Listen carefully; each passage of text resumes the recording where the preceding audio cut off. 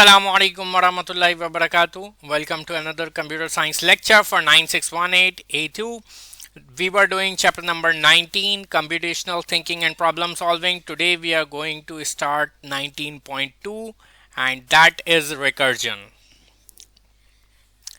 Recursion occurs when, or recursion is a scenario when a function known as a recursive function calls itself in order to solve a problem. This process involves two main things. We have a base case. This is the condition under which the recursive calls terminate. Like if this case occurs or if this condition is met, then there will be no more recursion. And then we have the recursive step where if that condition is true, then the function will keep on calling itself in order to do something. Basically, it works by reducing the problem into a smaller instance and then calling the function again with this new instance. Recursion versus iteration.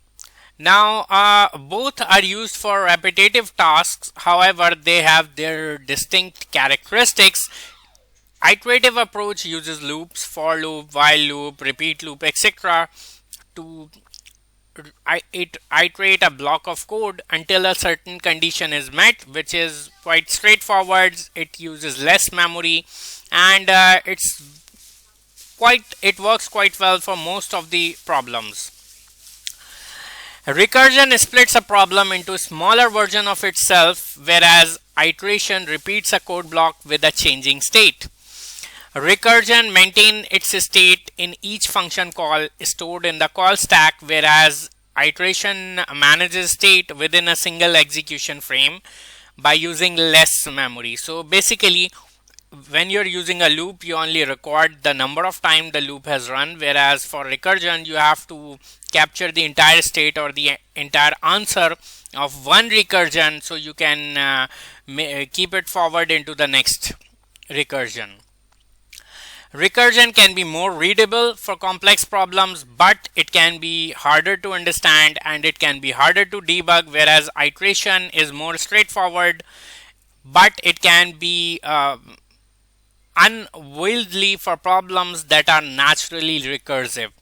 If you want to traverse a tree by using simple iterations, it may not be acceptable. Memory usage. Recursion uses more memory, whereas iteration uses less memory. Now, role of recursion in problem solving. Recursion is suited for problems that can be divided into similar but smaller subproblems. It is an elegant solution for complex issues where you cannot find the answer to or solution to a problem directly. The recursive process follows these steps. First of all, you identify the base case. It is the simplest form of problem and it can be solved directly without having to, without any further recursion, without repeating any other steps. Then we divide the problem. The larger problem is decomposed into smaller instances, and finally the results are combined all together in order to generate the result of a recursive function. Here is an example. Let's say you want to calculate factorial. Now the base case for a factorial function would be that a factorial of 0 is always 1. You don't need any more calculation. So base case would be factorial of 0 is directly 1. That's it. No more calculation involved. Answer is 1. Stop.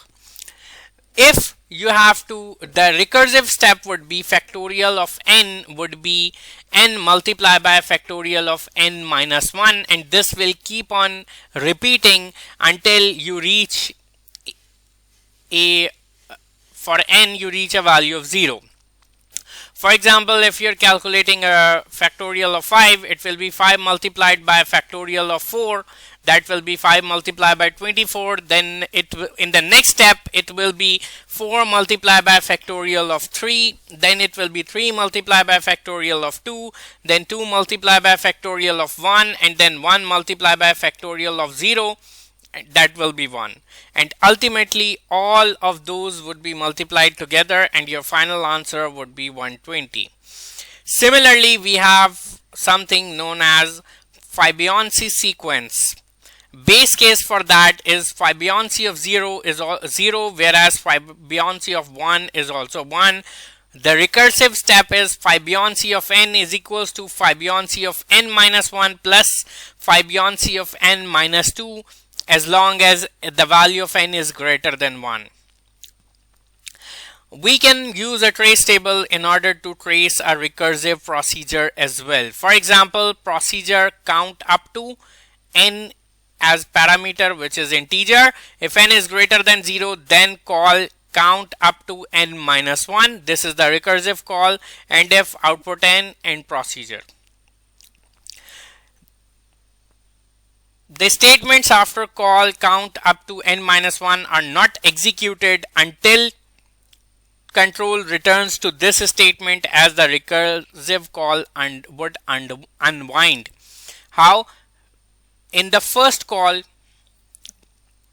let's say you input 3 as your the value of n. So it will be call up to 3, n greater than 0 is true, then it will be call up to 2, because it is call up to n minus 1, then it will be call up to, and the integer would be 1. In the fourth step, it will be call up to 0, and over here now n is not equal to or greater than 0 anymore, so this will be false. This means you have finally reached the base case. You have finally reached this base case that n is not greater than 0 anymore. Now what you are going to do, you are going to output n. How? First of all, it would be 1, then it would be 2, then it would be 3. The recursive function would work in the reverse order. It was 3, 2, 1, and now it will be 1, 2, 3. Let's have a look at another example. Function factorial. Number is the integer, returns integer. If number equals to 0, then answer equals to 1. This would be the base case. Otherwise, answer would be answer multiplied by factorial number. Answer would be equal to number multiplied by factorial number minus 1.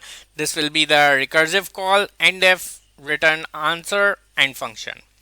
Now, for the first call, let's say we are taking the value of number as 3. For the first call, it will be factorial 3. Number will have a value of 3, and the answer would be 3 multiplied by factorial 2, which we don't know yet. So we'll move on to the next step. It will be second step. It will be factorial 2, which would be 2 multiplied by factorial 1. We don't know the factorial of 1, so we have to move to the next recursive function. In the third step, it will be 1 multiplied by factorial of 0, which is 1. You can write that in the fourth step in your column. In the fourth call, factorial of 0 would be 0, because it's written over here. Sorry, factorial of 0 would be 1, written over here. So the answer would be have the value of 1, and 1 will be returned. Then by using this one, you will calculate a factorial of 1. That will be 1 multiplied by 1. Answer would be 1.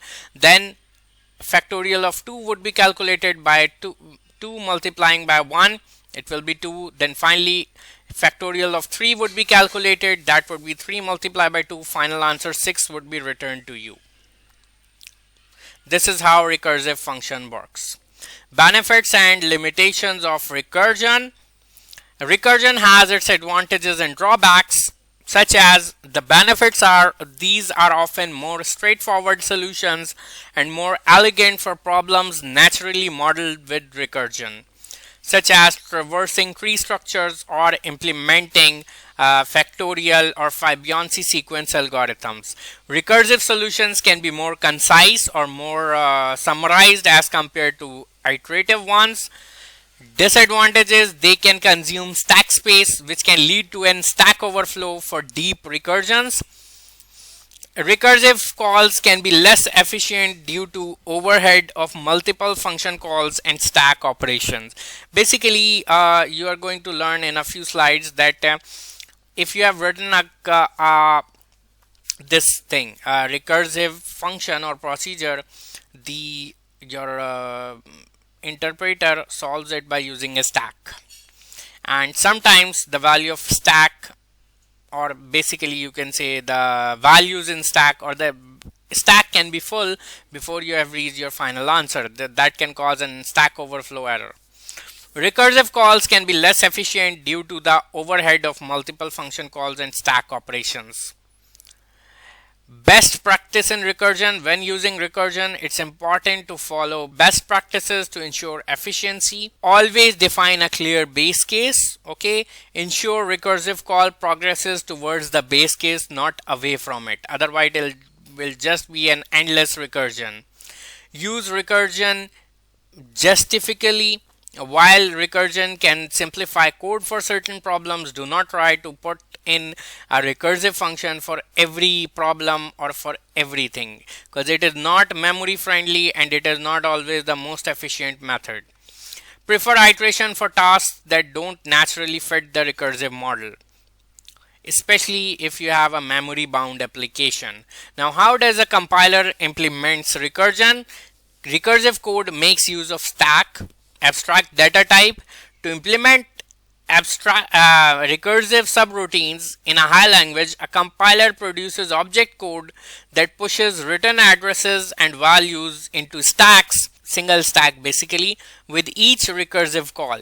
This is known as winding. After winding is complete, like once you have reached the base case, all the return addresses and values are popped off the stack. This is known as unwinding, and then they're added together or they are just returned on the screen depending on your recursive function.